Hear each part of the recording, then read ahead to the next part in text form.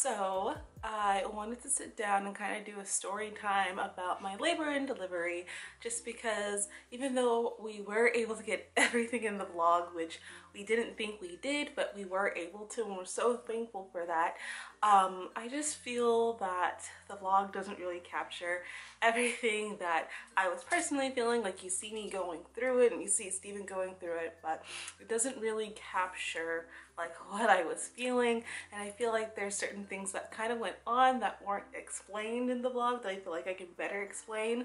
Also, I feel like it may help someone who may be going through, or who might be at quote-unquote risk of going through what I went through with my labor, since that was no fun at all. So I figured I'd go ahead and give you guys the details on what actually happened with my labor, and also show you little Mr. Edison. He is back there in his bassinet, the Halo bassinet, which I absolutely love, by the way. Okay, so my labor and delivery story. So as you guys saw, I kind of went into active labor at night. We were cooking our dinner. We're making baked gnocchi, and I kind of felt like something was coming out of me, like more discharge than normal. So I went to go check it, and it was kind of like a dullish pink brown, like little spotting that was happening. And so I just figured it was, you know, my mucus plug. Generally that means you have anywhere from 24 to 48 hours for labor to get started. But how things were going with me, who knew like how long it was going to go, because my mucus plug had actually been falling out for quite some time at that point. Actually, give me a second because he's starting to cry. Okay, we're back right now. But my mucus plug had actually been falling out for quite some time. It's been falling out since Thanksgiving, actually, with all this stress of traveling. And so I didn't know if it meant that I was going to be giving birth in the next 24 to 48 hours, or I still had to wait another couple of weeks. So we went ahead and we called the clinic, and the OB was on the phones at the time. And he was telling me, you know, it probably doesn't really mean much since, you know, you've been dilated for quite some time. But, oh yes, baby boy. But since you've been dilated for quite some time, it probably doesn't mean much. But go ahead and monitor it. And if you continue to bleed and fill up a panty liner within an hour, then go ahead and call us back. And so I put a panty liner on, and then I went to go check it like 10 minutes later, and it was completely full. So at that point, we're just like, oh, okay, we might need to go get checked out. Something might be wrong. But at that point, it still wasn't really registering with us that his birth could be happening, you know, that day. So we put our stuff in the car. We had all our bags packed. We put most of it in the car. There was a few things we didn't put in the car because, like I said, we didn't really think we'd be staying there overnight. So he's trying to feed, but we didn't really think we'd be staying there overnight. So we put most of our stuff in the car. We went to the birthing center, which is at the hospital, and we went into triage.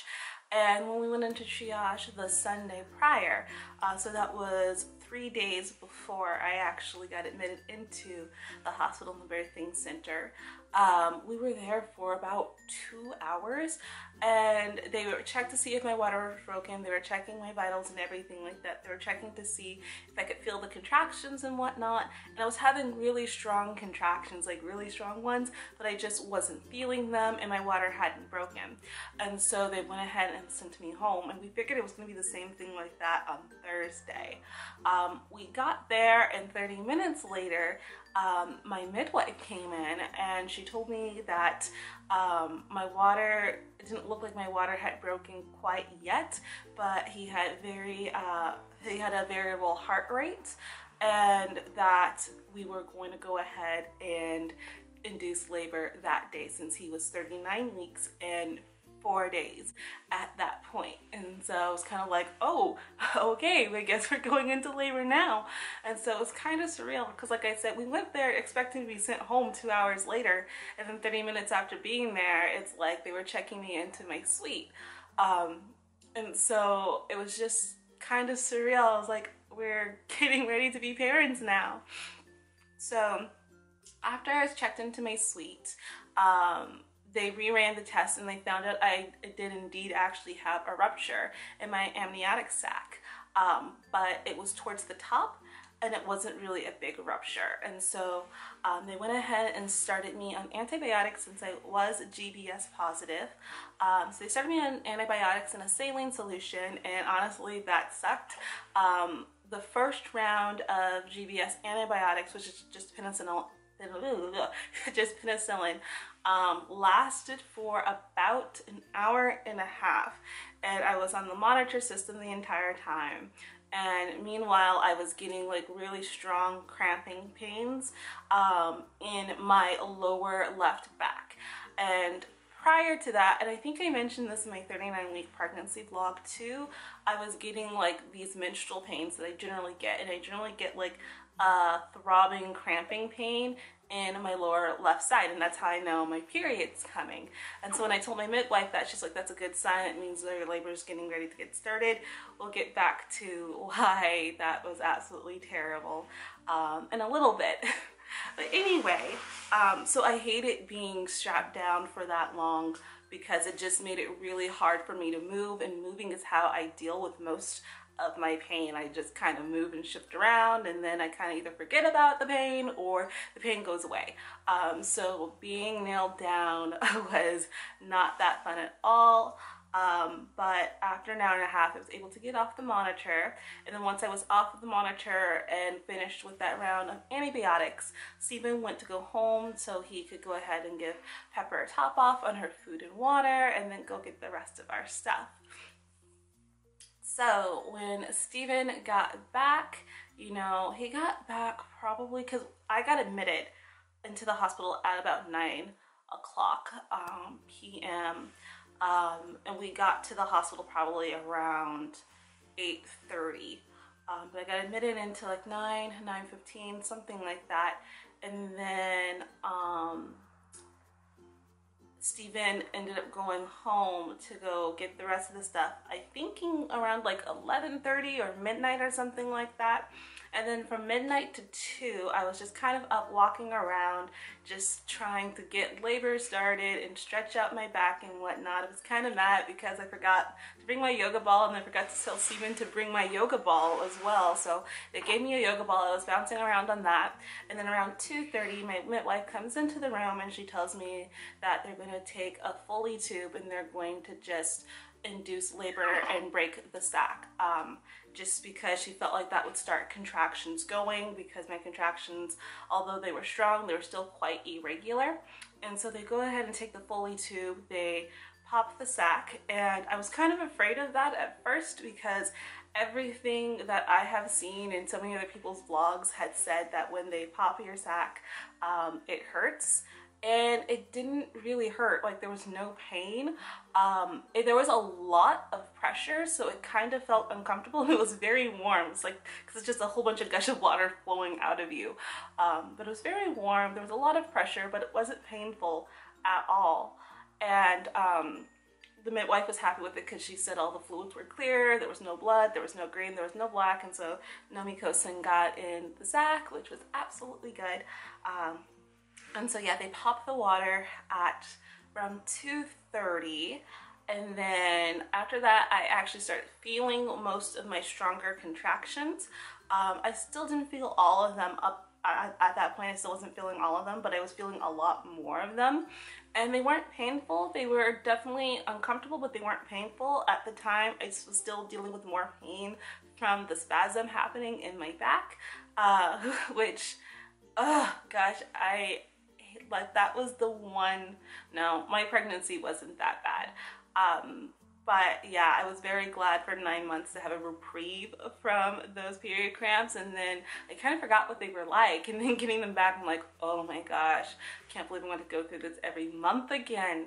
But anyway, that was the main issue that I was feeling at that point. And then I want to say around 5 o'clock in the morning, that's when the contractions started to transition from being just like, oh, I can feel my stomach tightening, to a lot of pressure starting coming with them. And so around, I think it was 5 o'clock in the mornings when I was like, I'm going to hop into the shower. And the showers they had there were absolutely amazing. I was kind of disappointed because I had requested a suite that had a jacuzzi tub in it, but since my water was going to be, or since my sac had ruptured, I couldn't get into a tub because I was GBS positive. So I had to deal with a shower instead, but they had a spa shower, and so there was one major head and then another smaller head and then 7 jets in the back. And so you just had water all around you, nice and warm and hot and great, and I absolutely loved it. I spent about 90 minutes in there, I think, and it just felt great. It was really nice and relaxing for me, which was awesome, because I didn't get any sleep that night, which was also kind of, you know, not that great. I probably should have slept, but I just really couldn't, not with all the cords that were attached to me. Because I was getting antibiotics every 4 hours. I had to keep jumping back into bed and keep jumping on the monitor, which was very annoying, but it is what it is. So I would say it was around 10 o'clock where the contractions started getting really, really terrible. And it just kind of just swung in like, oh my God, what is happening, you know? Because I can't really remember there being kind of a transition. It was just, you know, I'm fine, no pain, whatever, you know, little discomfort but no pain, to oh my God, what is happening to me? And so it felt like my whole body was kind of being compressed with these contractions, and it only got stronger from 10 o'clock. And so, yes, baby dear. And so, yeah, that was really, really, really difficult for me because I feel like I have a pain tolerance. I feel like I have a really high pain tolerance, but once I hit that tolerance level, I can't really go above that, and like I'm done. And so I was just not the happiest camper then. I'm so glad for my midwife and the nurses that we had in Stephen though, because like I know Stephen has scratches on his arms still from how hard I was gripping on his hands. Like when the contractions were coming, I felt like they just pulled all the air out of me and I could not breathe. And so my midwife was walking me through breathing and whatnot. They took me off the monitor when they could so I could walk around and mount on the yoga ball and whatnot to relieve some of the pain, and that definitely helped. They offered to put me back in the shower, but I didn't want to deal with it at that point. Yeah, like that was just not something I really want to experience again, to be honest. I do remember that I had asked early on before when I got admitted if I could get some food, because like I said, we were cooking dinner when I got admitted, or when I had to go to the birthing center, and they're like, you can eat whatever you want, just know that, you know, the more you eat, the worse it's probably going to be during labor for you. And so they had given me like a whole bunch of snacks, but all I ate was like a quarter of a string cheese. Like it wasn't like just the regular string cheese. I only ate about a quarter of it, maybe not even that. And then it had a lot of apple juice, like a lot of apple juice. And I know I'm FODMAP intolerant, so I shouldn't be drinking apple juice, but I had a lot of apple juice. And I want to say it was probably 12, around noon. I would have to look at my camera logs again, but I think it was around noon that I got up, because it was like I had to be taken off the monitor because I felt like I needed to use the bathroom. So they took me off the monitor and I went to the bathroom, and I didn't need to go to the bathroom, so I got up to wash my hands. And yeah, Edison, I got up to wash my hands and all of a sudden I just vomited all over the place. And I had no idea how there was so much vomit when all I had eaten was like just a quarter of a string cheese and like some apple juice. I didn't even have that much apple juice at that point. But I just threw up all over the place. And so Stephen rushes in, he helps me clean it up. I go back on the monitor and, you know, I start drinking lots of fluids. They give me, put me back on the saline solution and whatnot. And then after that, that's when things start to increase in pain exponentially, and I thought like I was at the end. No, it got much worse at that point. And so when the midwife came back in, I asked her if I can take fentanyl, which is a pain medication. It's not like epidural. Epidural takes all your pain away, but it makes it so you can't really walk or anything like that. And I knew I didn't want a spinal tap of any sort. So I asked if I can get fentanyl. I can't really remember exactly what fentanyl is, you guys. I'm so sorry, but I'll leave information on it down below. And so they gave me fentanyl, and it does not get rid of the pain. If you're getting ready to go into labor and you're wondering what your pain options are, fentanyl will not get rid of your pain at all. But that was okay for me. I just needed something to kind of mellow the pain out so that I can handle it. And it did exactly that. It made it so that when I felt like the contractions were squeezing my body until, like, you know, a waist size of 4 inches, I could still breathe, which meant that I could go to sleep, which I definitely needed when it came time to pushing. And so the fentanyl gave me relief for about 30 minutes. That was it. And then the pain started coming back gradually. So I feel like I got full relief where I can deal with it for about 30 minutes, and then maybe about another 45 minutes to an hour of where I could kind of deal with the pain, but I can definitely tell that it was wearing off and whatnot, which kind of sucked, but you know, whatever. I'm thinking it was around maybe 12:30 or so. My times may be all messed up, so I'm sorry about that. I'm definitely gonna have to check the video logs, but I'm thinking it was around 12:30 when the contractions got really, really bad after the fentanyl wore off.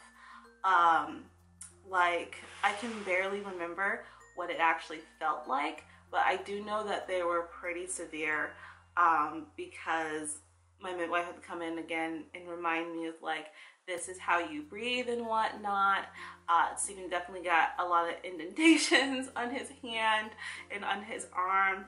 And I remember that during the contractions were coming in like waves and whatnot.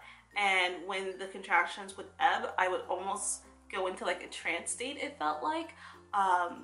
It felt like I was sleeping, but I was still aware of everything that was going on around me, but it felt like I was in a deep, deep sleep. And then the contractions would flow in again and be like, oh my God, like I was waking up just to like the most horrific pain in my life. And that's definitely when my pain level hit a 10. And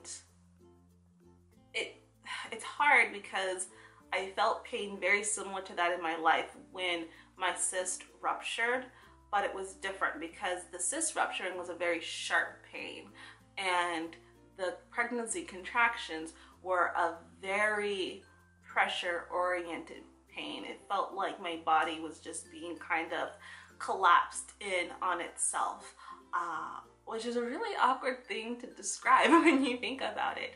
But that's exactly how I remember it feeling. I think, like I said, I can't really exactly remember the pain as much, which is why I kind of wanted to do this as early as possible. But yeah, it was just a really gnarly thing to think about. 45 minutes before 12 or before 2:14.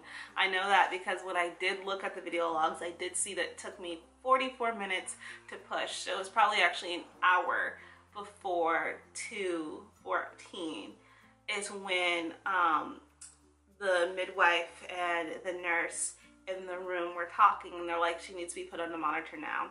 And I didn't really know why they were saying I needed to be put on the monitor, but all I knew at that time was I needed to push. And so I'm just like, no, I can't be on the monitor. And I kept saying that I can't do this, I need to poo, or something along those lines. And they're like, no, you need to be on the monitor. You're not pushing, you need to be on the monitor right now. And when I was talking to Steven, he was telling me it was because when they were looking at the monitor, they were seeing a heart rate of 120, and they weren't sure if it was his heart rate or my heart rate. If it was his heart rate, everything was fine. If it was my heart rate, things weren't fine. The problem was that he was so close to my aorta at the time, they couldn't distinguish between us. And so they were trying to figure out whose heart rate was whose. But like I said, at that time, I did not care. I'm just like, he needs to get out of me right now. And I kept breaking into cycles of going, like, just being way overheated and sweating, and then just getting so cold that like my temperature was dropping, and it was just, my body was just cycling through so many different like physical states almost. I it's hard to put into words, but it's not like it was anything, I don't know, it's just, it was so weird to experience going from having a fever one moment to the next moment having chills. I've never experienced, you know, that drastic of a shift in my life before. Yeah, they were really worried about what was going on. And then I remember saying like I kept like, so I remember I kept saying like, I need to poo, and then eventually it's like, I need to push, because I realized like what I was saying wasn't coming across in the way I needed to. And so my wife was like, well, let me just check you out. Let's see how far he was. When I came into the hospital, I was 4.5 centimeters dilated. And then when they checked me right before I took the fentanyl, I was 7 centimeters dilated. So when she checked me, at that point, she's like, oh my goodness, his head is only about an inch from your opening. Like, he is coming down right now. And so she's like, okay, yeah, it's time to push. So they went and they got the squat bar so I could squat and push him down. That's, if I couldn't give birth in water, that was my preferred method, was to squat, because I knew gravity would help me and make it easier. The problem was I had no energy at all to do anything at that point. At that point, my back had gone into full spasming, and I didn't know why I was going to full spasming. I thought maybe that was normal for birth. And I started getting severe cramping in my legs and whatnot. And so the nurse, when I was talking to her later, she was telling me what I experienced was back labor. Due to the fact that I was kind of predisposed for it, because I always get terrible back cramps during my menstrual cycles, but also because of how he was facing. So I think I told you guys he was anterior, meaning that he was behind the placenta, not in front of it, and he was, during birth, he was facing, let me remember my directions here, occipital posterior, which meant that the back of his head was, or his face was facing my abdomen, and the back of his head was facing my sacrum, my tailbone, so that he was putting a lot of pressure on my back as well, which was causing a back spasm and was causing my legs to give out, because I also have some atrophy problems in my thighs. And so back labor, coupled with the fact that I didn't eat anything for over 24 hours at that point, made it so I had absolutely no energy to push. So I was hoping it'd kind of fall out, but that did not happen at all. It was a struggle. So I was pushing for 44 minutes. It didn't help also that when I started pushing, that my contractions almost completely went away. I literally had maybe 5 contractions in that 45-minute period, most of which were not strong. And so even though I knew I wasn't supposed to, I started pushing before I actually had the contractions, because it was just like, there's no way I can wait much longer. Like, I knew my body was giving out, and I was getting to the point where I'm just like, if you need to use forceps to get him out, I'm fine with that. If we need to have a C-section, like, I absolutely hate the idea, but I'm absolutely fine with that, like, because I just didn't have it in me at that point to finish it. But my midwife like took my hand, she's like, sorry, my camera cut out. Yeah. But my midwife ended up taking my hand, and she's like, just feel down here. You can actually feel his head, like with each push, even the little ones, like he is making his way out. And so I'm just like, when I felt his head, I'm like, oh, like, I don't have the energy for this, but I have to like make the energy for it. And so like it took everything in me to push him out. But I was able to push him out, and at 2:13, I keep saying 2:14 because that's the first time they told me. Actually, another nurse in there who was clocking the time, and she's like, no, it's actually 2:13 and like 48 seconds or something like that. So at 2:13, technically, he was born into the world, and I can't believe I did it because, like, I can't really remember the pain, but I do remember the emotions and how difficult it was for me, especially during those last 3 hours where I was experiencing the really bad back labor. And I can't believe that I did this. But I'm very thankful to God that I was able to do it. We are very happy to have a happy and healthy and just beautiful baby boy. I am very happy that I myself am healthy. The heart rate that they were seeing in the monitor was my heart rate. It was not his. And so they were telling me it was probably a good thing that I ended up pushing because they're like, you probably could not have taken too much more. And so when he was born, he was 7 pounds and 2 ounces and 19 inches long. And so he just pooped in my hand. Not in my hand, in his diaper, but I could feel it in my hand. But yeah, we are very happy to have this addition into our family. This is Mr. Edison right here. He definitely has his daddy's face for the most part. He has his daddy's brows. When his head's back like this, he looks exactly like his dad knocked out. And so, oh, he has my lips though. He has my lips, and I think he has my nose. It's so crazy because I keep seeing everyone else in him, but the only thing I really see in him is my lips and my ears, because I have very distinctive lips with my cupid bow and my elf ears, and he has the elf ears too. But yeah, that is my labor and delivery story. Yeah, I know the end sounded pretty terrible, but just so you know, most people do not experience back labor, and if you do, it's generally not that severe. I just had 2 predisposing symptoms coming together at once, which made my labor extremely painful at the end. But I have been told that most people's labor is not that traumatic. And yeah, so if you're getting ready to go into labor and you're watching this, don't feel like scared, because chances are once you get to the pushing stage, it's smooth sailing from there. My luck, like I said, you know, I had a very easy pregnancy with very little symptoms other than the fact that I had an incompetent cervix, and I was like, watch, I had a smooth pregnancy and then I'm gonna have a traumatic labor. And that's exactly what happened.